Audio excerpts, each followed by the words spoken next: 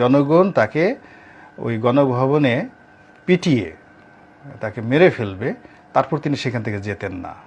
যারা ওখানে ছিলেন তাদের খবরের মাধ্যমে আমরা জানতে পেরেছি যে তিনি একেবারে সরাসরি তার এসএসএফের মাধ্যমে তিনি ফাইট করতে রাজি ছিলেন, এবং ওখানে সেনা প্রধানকে এসএসএফের মাধ্যমে গুলি করে মারার ব্যাপারে তিনি সিদ্ধান্ত নিয়েছিলেন।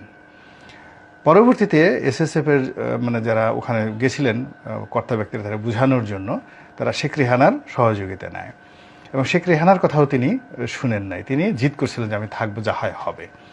এরপর যখন জয় পুরো বিষয়টি হ্যান্ডেল করেন এবং তিনি যখন বুঝান যে আপনি এখানে যদি থাকেন দেশের মানুষের ক্ষতি হবে, আরও হতাহত বাড়বে, এবং এই গণভবনে আপনাকে যদি এইভাবে করে এবং ঘটনা যাই হোক না কেন আওয়ামী লীগ সবার ক্ষতি হবে, ফলে সেই জয়ের কথা সে কনভিন্স হয়ে তিনি কিন্তু গেছেন।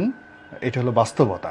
কিন্তু তিনি একেবারে সঙ্গে সঙ্গে ভয় পেয়ে চলে গেছেন, এটা একেবারেই অসম্ভব একটা বিষয়। যারা ওই ঘটনার সাথে জড়িত, সেনাপ্রধান ছিলেন, পুলিশ প্রধান ছিলেন, 3 বাহিনী প্রধান ছিলেন, এসএসএফের যারা লোক ছিলেন ওখানে, শেষ মুহূর্তে তার সাথে